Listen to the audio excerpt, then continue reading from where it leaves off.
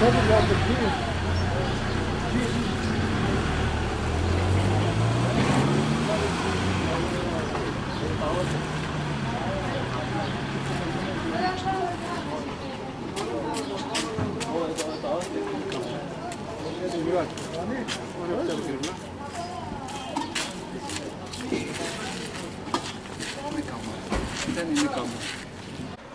Hastaneye gittim. Sağlık Bakanlığı'ndan telefon geldi. Aradılar.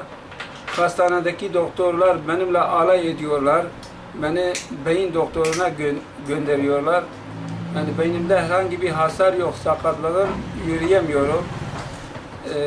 Yani şu anda yürüyemez durumdayım. Düştüm, motorsuz yürüdüğüm için düştüm.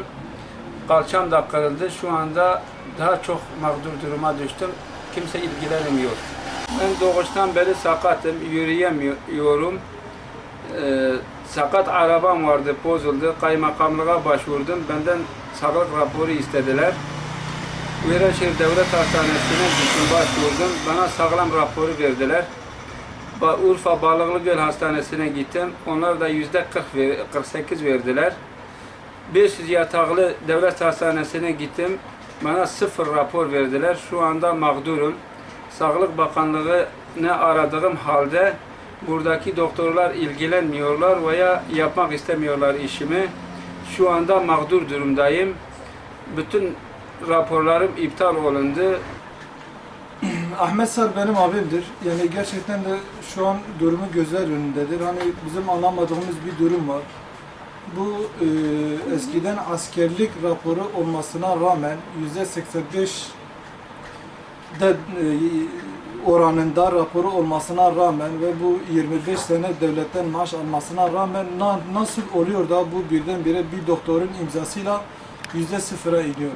Ve bu Viranşehir Devlet Hastanesi'nde veya Urfa Devlet Hastanesi'nde 500 yataklıda, ondan sonra Balıklıgöl Hastanesi'ne gittiği doktorlar hepsi kimi %0 veriyor, kimi %40 veriyor.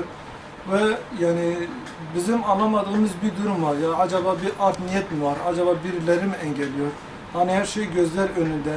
Veyahut eğer öyle olmuşsa, yani devlet 25 sene niye bu raporu buna vermiş, eğer sağlamsa, yürüyebiliyorsa?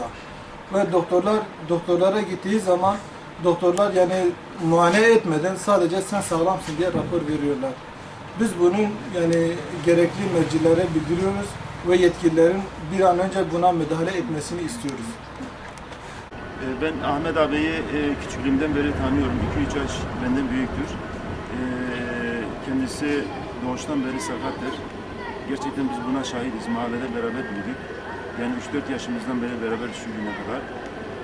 Kendisi kaç ay oldu? 6 ay. 6 ay önce bir banyoda bir kaza geçirdi. Kalça kemiği kırıldı. Daha da fenalaştı. Sonra da işte kendisine bir rapor lazımdı. Onu çıkartmak için, niçin lazım? Sakat motosikleti için artık devlet ehliyetsiz motosiklet kullanmayı yasaklamış. Dolayısıyla onun için tekrar rapor alması gerekiyordu. Bundan önceki hakları da hepsi gitti. Yani bu büyük bir haksızlıktır. Raporu falan hepsi. Yani şu anda sağlam gözüküyor. Allah için buna sağlam dediğin adam gelsin görsün. Neresi sağlam?